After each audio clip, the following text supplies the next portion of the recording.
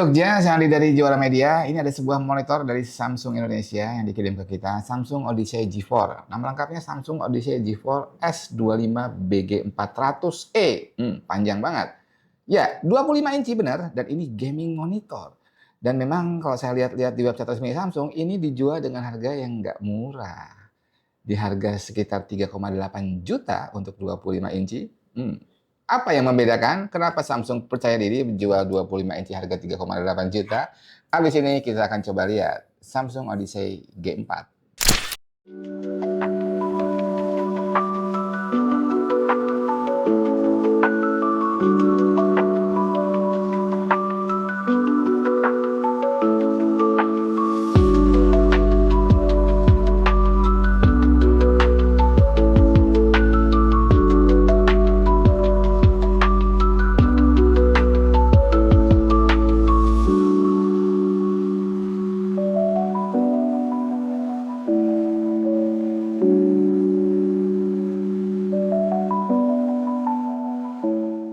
Nggak semua orang itu kayak kita loh.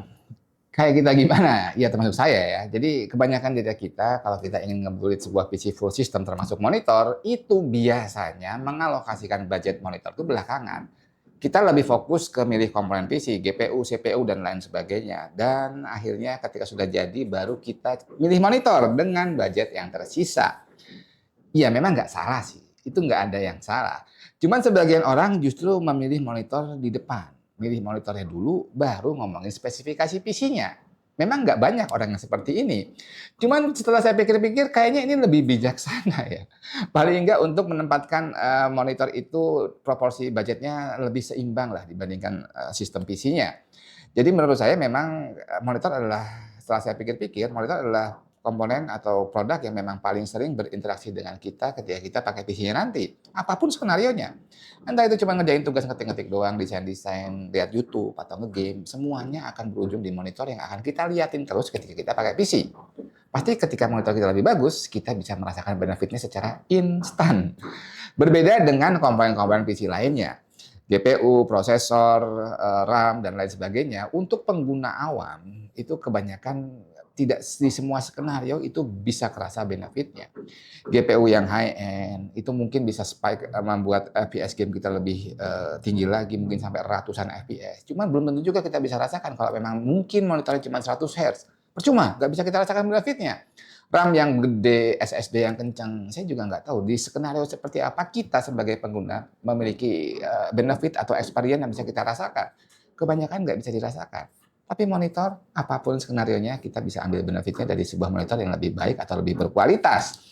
Ya, kurang lebih seperti itu. Menurut saya lebih bijaksana skenario kedua tadi, ketika orang mengalokasikan budget monitor, itu lebih proporsional dibandingkan budget untuk PC-nya. Dan tadi ketika sudah dirakit, di unboxing, saya memang notice, first impression saya tentang Samsung Odyssey G4 ini memang beda ya. Dari mulai desainnya, ini hampir dari semua angle ini beda ya. Desainnya memang detail banget dan keren banget. Kesan gamingnya tuh kerasa banget. Dari build quality-nya, dari beratnya juga udah beda. Dan apalagi ketika kita nyalain panelnya, saya sempat intip, saya bisa notice kalau panelnya ini kualitasnya sedikit di atas rata-rata monitor yang pernah kita coba. Oke, kita akan coba lihat detail spesifikasinya merujuk pada websitenya Samsung. Oke, kita akan coba lihat di websitenya Samsung, samsung.com tentang monitor ini, Samsung Odyssey G4 S25BG400E. Jadi memang ini gaming monitor. Jadi pertama yang mereka highlight adalah masalah panelnya IPS. Berikutnya refresh rate-nya 240 Hz dan juga ini support dengan NVIDIA G-Sync compatible dan ergonomic stand. Jadi 4 poin ini yang mereka highlight di awal. Terus kalau kita lihat detail spesifikasinya, itu bisa kita lihat yang pertama mereka highlight ini kalau di detail spesifikasi adalah screen size-nya dulu, 25 inch. Terus ini flat, nggak curve ya, jadi emang layarnya flat. Ini aspek ratio-nya 16:9 dengan jenis panel IPS, brightness typical-nya di 400 candela per meter square dengan kontras rasio statiknya di 1000:1. Terus ini support HDR10. Terus resolusinya Full HD 1920 x 1080 dan respon time-nya 1 milisecond gray to gray dengan view angle tipikalnya IPS 178 derajat. Color supportnya di 16,7 juta warna maksimumnya dengan gamut coveragenya sRGB-nya 99% dan refresh rate-nya 240 Hz. Terus interface-nya untuk inputnya di bagian bawah sini semua ada di sini. Satu buah DisplayPort, dua buah HDMI, dan satu buah power jack untuk adaptornya, satu buah audio jack, dan satu buah USB Type A. Yang setelah saya cari tahu untuk USB Type A-nya ini fungsinya adalah untuk kalau kita butuh untuk update firmware dari monitor ini. Juga bisa sebagai power untuk mungkin seperti speaker aktif ya, yang untuk butuh power USB dari sini bisa diambil juga. Dan ini nggak ada speakernya. Selanjutnya kalau kita ngomong desainnya, masalah ergonomic stand yang mereka klaim di depan tadi, ini bisa semua pergerakan. Dimulai dari tilt minus 3 derajat, sampai katanya 22 derajat untuk menengadah begini. Terus swivel bisa 15 derajat ke kiri, 15 derajat ke kanan, dan juga ini bisa di-adjust ketinggiannya. Travelnya sebanyak 12 cm naik turunnya. Dan juga bisa dirubah orientasinya alias pivot seperti ini, bisa diganti orientasinya menjadi vertikal kayak gini. Gimana nih? Ya, kurang lebih seperti ini. Selanjutnya masalah navigasi ya. Saya juga selalu notice masalah navigasi. Ini memang nggak menggunakan joystick, cuman ini menggunakan 5 buah tombol di bagian bawah sini yang memang berbentuk lingkaran ya. Dan ini memang lebih mudah untuk menavigasi dibandingkan beberapa tombol yang dipasang sejajar biasanya di bawah sini ya, atau di belakang sini. Jadi ini ada beberapa tombol, yang tengahnya untuk mengeluarkan menu, yang atas untuk menu utamanya, dan ketika kita masuk menu utama ada beberapa juga yang bisa kita custom di sini. Mulai dari submenu game, picture, on-screen display, sistem, dan ada juga ini submenu support. Jadi banyak yang bisa di-custom di sini, dan selain itu secara desain ini juga stand out, saya sudah bilang di depan. Hampir dari semua sisi desainnya ini memang beda ya, menunjukkan kelas Odyssey ini memang tidak di kelas rata-rata. Oke, habis ini kita akan coba tes beberapa tes untuk melihat kemampuan monitor gamingnya Samsung ini. Yang pertama kita akan coba lihat motion blur-nya dulu. Seperti apa sih motion blur-nya dan juga ghosting-nya dari Samsung Odyssey G4 ini. Parameter yang paling sering dipakai untuk marketing gaming monitor itu ada dua. Biasanya pertama adalah refresh rate, yang kedua adalah response time. Kita bahas singkat aja ya. Apa itu refresh rate? Secara sederhana, refresh rate adalah kemampuan si monitor untuk menampilkan gambar setiap detiknya. Satuannya hertz. Misalkan refresh rate-nya 100 Hz, berarti monitor tersebut mampu menampilkan gambar sebanyak 100 gambar, 100 frame dalam satu detiknya. Sedangkan gambar yang dihasilkan oleh GPU, kayak misalkan GPU zaman sekarang udah kenceng-kenceng nih kan, bisa menghasilkan FPS di beberapa game sampai mungkin 300 FPS. Itu ketika dilempar ke monitor untuk ditampilkan, tidak semuanya bisa ditampilkan. Hanya mentok sesuai dengan refresh rate kemampuan si monitor itu untuk menampilkan gambar. Misalkan dari kasus tadi, cuma 100 Hz refresh rate monitor kita. Dari 300 frame yang di store oleh GPU untuk ditampilkan, hanya 100 frame yang bisa ditampilkan atau bisa dilihat oleh mata kita. Sederhananya seperti itu. Makanya ketika kita ngomong refresh rate semakin tinggi untuk beberapa monitor gaming, itu lebih baik. Kenapa? Karena lebih banyak gambar yang bisa ditampilkan. Berikutnya masalah response time. Response time itu adalah kemampuan pixel di panel monitor untuk berubah dari warna satu ke warna lainnya. Biasanya diukurnya dari warna abu-abu ke warna abu-abu. Makanya satuannya G2G, G2G. Jadi itu satuannya millisecond. Semakin kecil angkanya, itu semakin cepat dan semakin bagus harusnya. Nah, perpaduan antara refresh rate yang tinggi dan juga respon time yang cepat itu menjadi acuan untuk baik tidaknya sebuah gaming monitor. Oke, habis ini kita akan lakukan motion blur dan ghosting test untuk monitor ini, Odyssey G4. Seperti biasa, kita akan menggunakan UFO test. Oke, kita akan coba lihat ya UFO testnya seperti apa. Kita akan bandingkan dengan beberapa data kita. Dan kalau kita lihat, kita coba pending shoot tadi untuk UFO-nya, dan kita bisa lihat, kita bandingkan dengan data kita.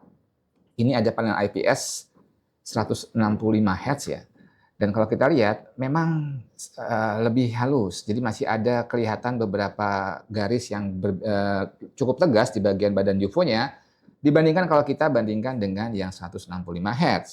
Dan kalau kita bandingkan yang VA, ini jauh ya, jauh banget. Jadi memang kelihatan di sini perpaduan antara 240 Hz di monitor Odyssey ini dengan 1 millisecond response time-nya bisa menghasilkan gambar yang lebih solid, yang bisa lebih tidak blur. Dan kalau kita lihat memang kalau IPS karakternya sama, ghostingnya sedikit ya. Kalau kita lihat yang paling kiri ini yang VA panel ini memang selalu ada buntutnya, kayak ada bayangan di belakang UFO-nya.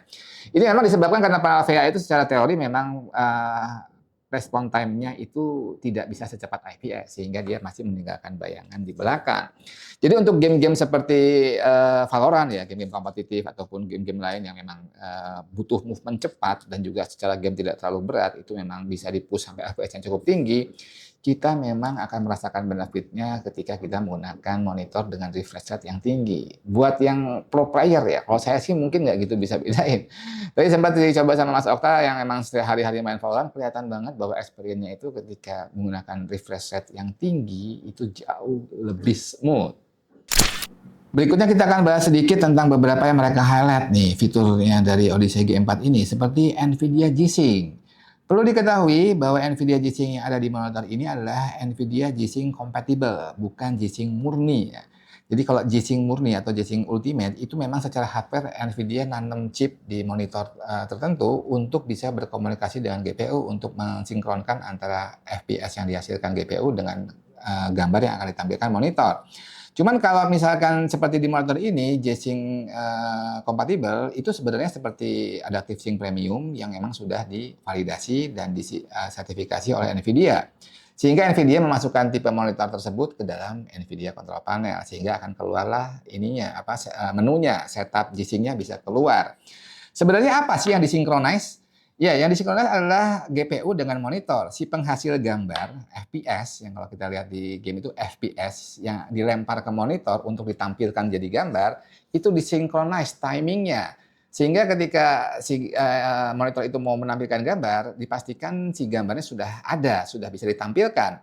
Di beberapa kasus ketika G-Sync-nya atau sync-nya dimatikan, itu ketika monitor menampilkan gambar, gambarnya belum sampai. Gejalanya apa? Yang bisa kita lihat apa? Tiring.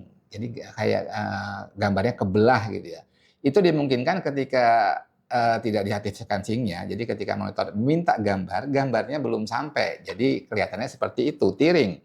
Memang ketika sync itu diaktifkan, FPS game yang dimainkan, walaupun GPU kita mungkin sanggup untuk nge-push sampai 500 FPS, misalkan di kasus monitor ini, itu akan disesuaikan dengan si kemampuan si monitor untuk menampilkan gambar. Jadi kalau kita coba di game Valorant, walaupun kalau kita lepas sync-nya itu bisa di atas 500 FPS, tapi begitu kita hidupkan G-Sync-nya, itu akan berada di kisaran 240.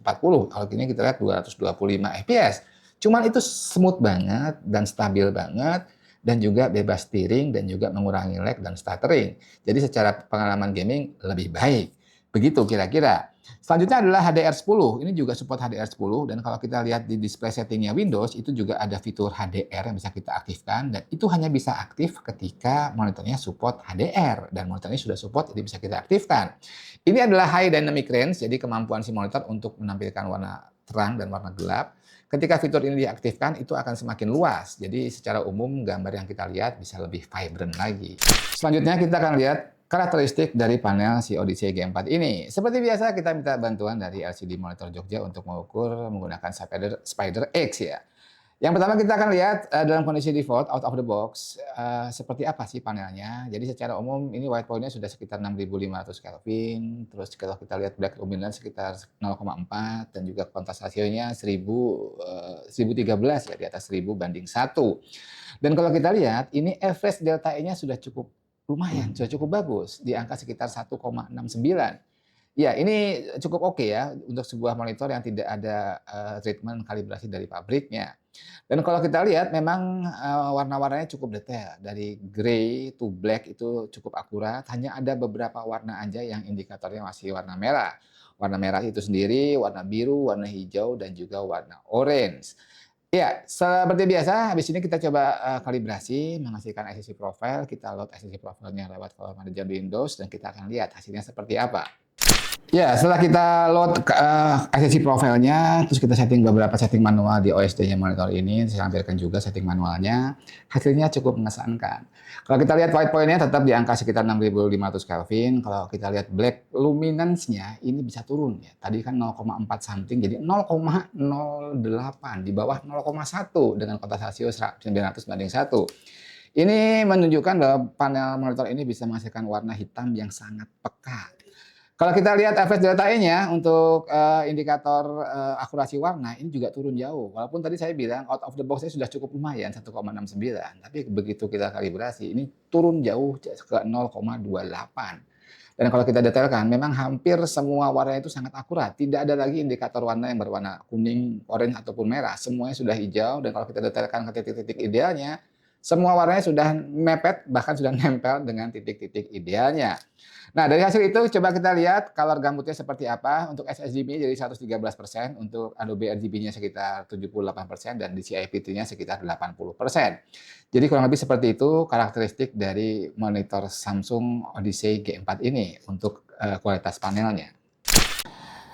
Setelah kita coba detailkan spesifikasinya, build quality-nya, desainnya, panelnya, juga fitur-fitur tambahannya, NVIDIA G-Sync, HDR10, lama-kelamaan dan akhirnya kesan mahalnya hilang.